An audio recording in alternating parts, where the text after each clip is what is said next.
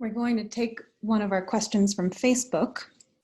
The person says, I am noticing a real shift in my romantic relationship during this time, and it seems as though my partner is now showing his true colors, but I can't seem to let go.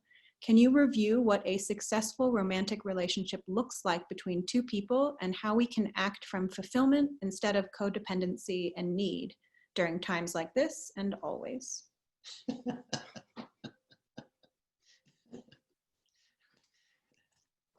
Yes, well, what we're really finding out in a relationship at this time, if we're, in a relationship and our relationship suddenly is, revealing itself not to be everything that we had hoped for.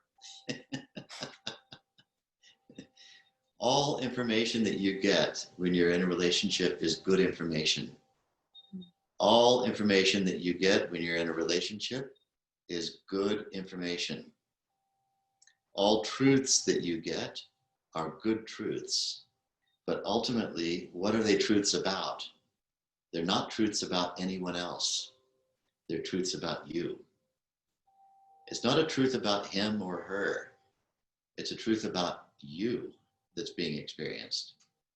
To what extent had you built inaccurate expectations that somebody else had the job of making you happy? That's an inaccurate expectation. Where is your self-referral happiness? Your baseline happiness? If you have baseline happiness awakened inside you, let's put it this way, instead of if, we'll say to the extent. To the extent that you have baseline happiness awakened inside you, then to that extent, you're going to be a delight to relate to.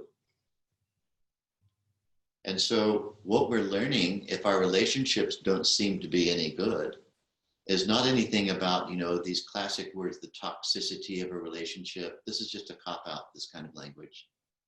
Or, somebody else is responsible for my unhappiness now.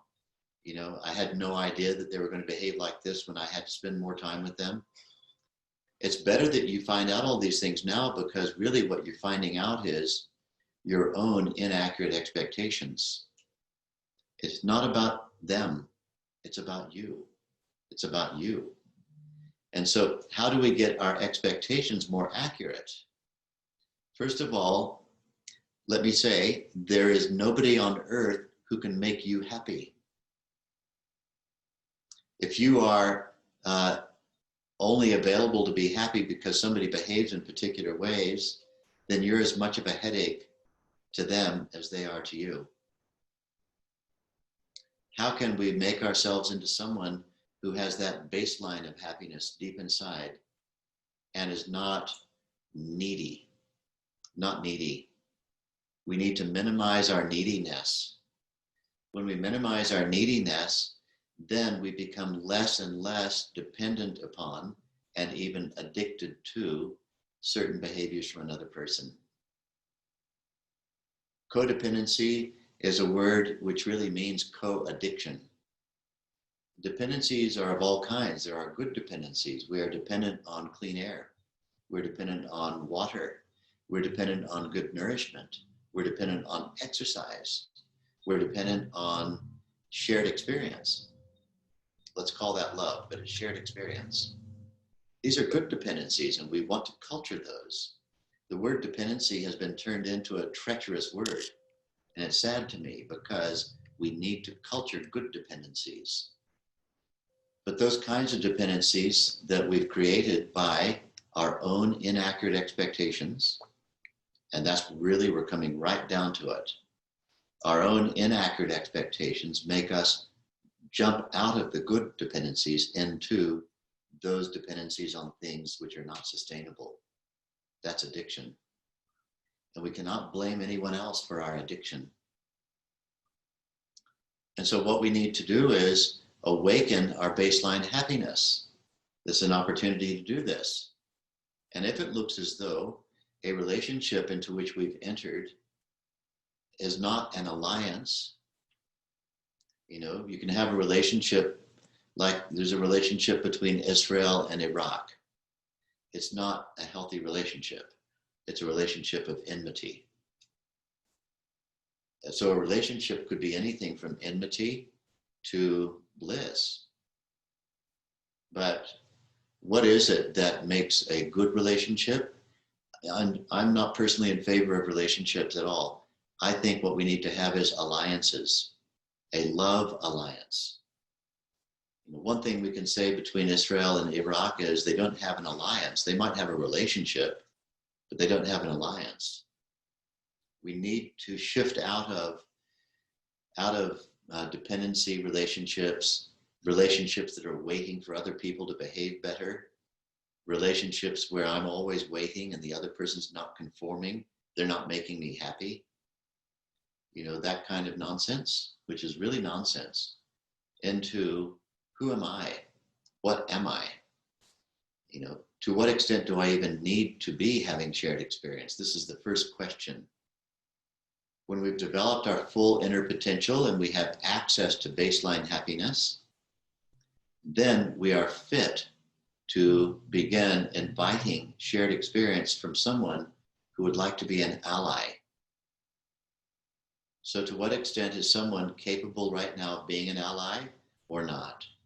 If it turns out that we based our relationship on inaccurate expectations and we're just beginning to annoy each other, then it's probably better that each of us makes our own way and spend some time, in the pursuit of that inner happiness and its expression in the outer world, but spend some time in self-referral consciousness. Otherwise, we can challenge the assumption that here I am, I was expecting somebody else to behave really well when we were sequestered together and confined during isolation, and they're not behaving well. And, if they don't behave well, I can't be happy. This is object referral happiness. And you will always, if you don't cure that tendency to go towards object referral happiness, every relationship will be exactly the same for you. There'll come some point where somebody can't behave in a way that makes you happy. People are not designed to make you happy.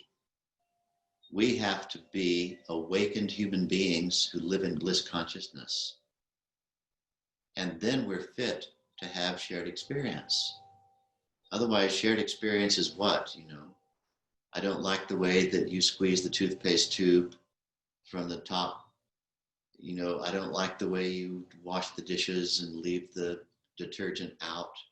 I don't like the way that, there were crumbs on the floor and you should have seen them and you didn't sweep them and I had to. I don't like this. I don't like that. I don't like the way that you say this to me. I don't like the way you're negative. I don't like this. I don't like that.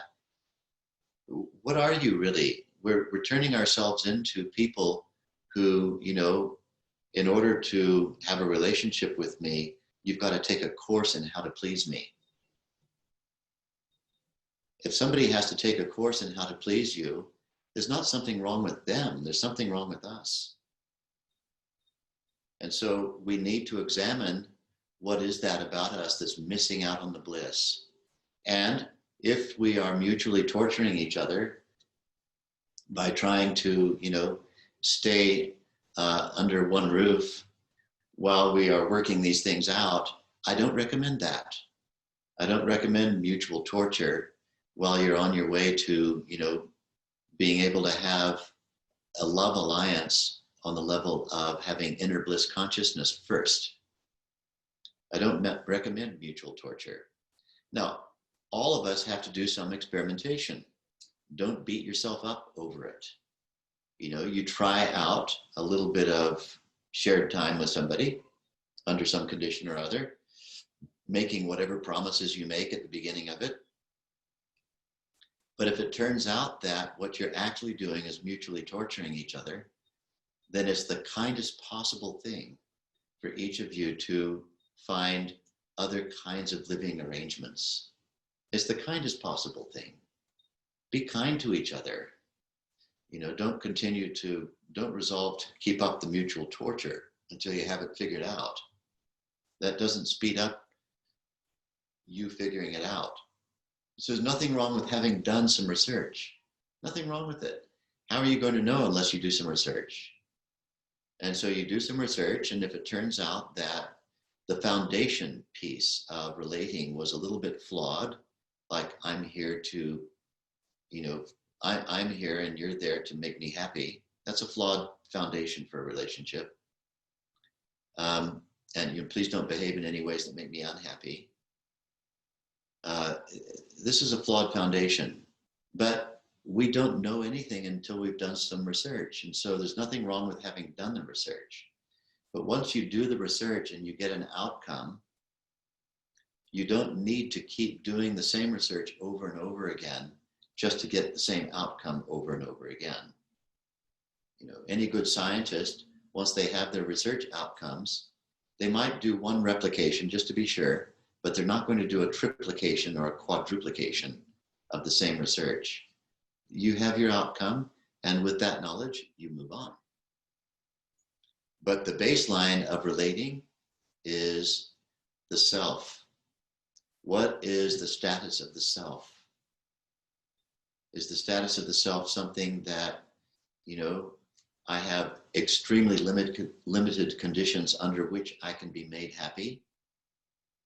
Or is the status of the self, I'm already happy, I'm fundamentally happy, and, whatever you want to bring to the party, bring some happiness to the party too, but I'm not needy in that area. This needs to be our foundation piece for any relationship.